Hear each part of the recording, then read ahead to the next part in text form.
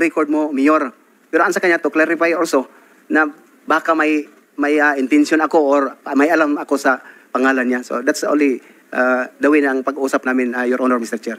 So, klaro po. At kung wala kang personal knowledge tungkol sa akin, dun sa affidavit mo, bakit mo sinama yung pangalan ko at bakit nasingit yung pangalan ko? May pumilit ba sa'yo? Remember, you are under oath po, no? May nagpapirma ba sa inyo na isama yung pangalan ko since wala ka namang personal knowledge sa akin? That's why ang personal knowledge, Your Honor, yung tanungin ako, nagsabi ako na wala akong personal knowledge sa inyo about sa, for that matter, no, na masabi natin na napag-usapan. True lang kay Mayor, late Mayor Navarro. May nagsabi sa iyo na isingit yung pangalan ko. Kung since wala ka namang personal knowledge. Bakit nasingit? Wala naman siguro. Sigurado ka? You're under oath. Kasi sa affidavit, although marami-rami yun ang paragraph. Meron bang nagpahabol sa iyo na isingit yung pangalan ko? Yes or no lang naman? Wala naman, Your Honor, Mr. Chairman. Sigurado ka? Yes. Yun talagang ginawa mo na affidavit? Original affidavit?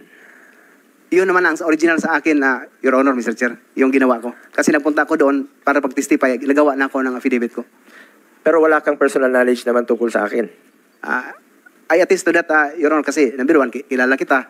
Pagkatapos sa tanong naman doon sa Quadcom, sinabi ko rin na I have no personal knowledge about sa sinabi na ni late Mayor Navarro. Bakit mo sinama yung pangalan ko sa affidavit? I'm just only relating for the message, the word came from Mayor na pinupunta ako dito. Pagkatapos stated man doon na, Your Honor, Mr. Chair, bakit nasali, no? Nag-explain siya na pinapunta ako ni Sir Bong para maklear ang pangalan ko. In fact, mayroon nga ako ngayon, ang dala ko ngayon yung sa last two basta ganun sa illegal gambling ang hinawakan niya, siya ang kasi na pag-usapan yon, Your Honor, Mr. Chair, kasi ako lang ang hipi ng Miss Oak na hindi tumatanggap ng yung sa gambling, no, yung may monthly na ibinigay. So nagtanong siya bakit hindi ako magtanggap. Alam mo naman yun ang binigay ngayon. Hindi ko lang ano yun na lasto.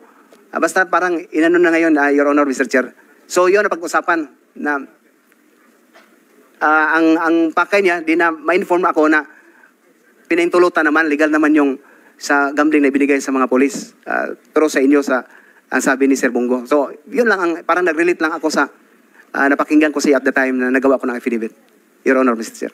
So you're putting on record, you included here in your affidavit?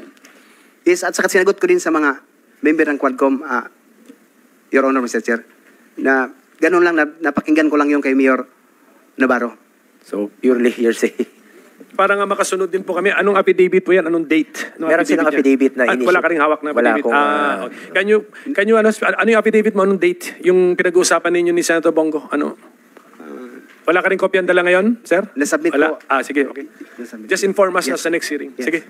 Yeah, Mr. Chair, with the permission of Senator Bongo, just a quick interdict. Senator Bongo, just short lang, short. Kung, Colonel Espinedo, if alam mo palang hearsay, pulis ka, di ba? Pulis ka, wala kang personal knowledge. Alam mo naman yan eh. Na kung wala kang personal knowledge, dapat hindi mo sasabihin. Anong motive mo? Bakit sinama mo doon sa pinabit mo ang pangalan ni Senator Bongo? Narinig mo lang naman kaya. Tapos wala kang personal knowledge. Anong purpose mo doon? Bakit mo sinabit yung pangalan niya? Can I answer? Yeah, go ahead. Your Honor, Mr. Chair, what did the Quadcom committee happen is to legislate aid of legislation. So that is not really the proper court that we file a case, and I must have probable cause to refer to the court that indeed person was also involved in that illegal or whatsoever. So yung sinabi ko lang dyan as aid of legislation to give them an information na yun ang nangyari talaga.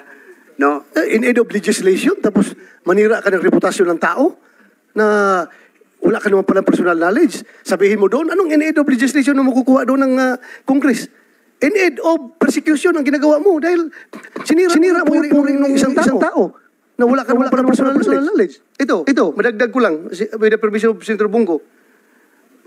2:34 ng oras, doon sa Quadcom hearing, sinabi mo, a third hearing, Senator De La Rosa and Senator Bongo called him to clear David Navarro of Clarin, Misamis Occidental, who was then included in the drug list.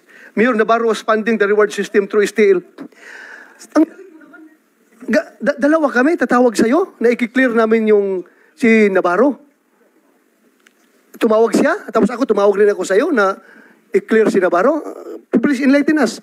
Bakit dalawa kagad kami nilamp mo na tumawag para i-clear si Navarro?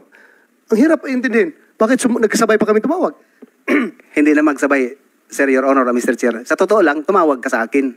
No, una si Sir Bong, nagsabi na, wag mo nang galawin si Mayor Navarro.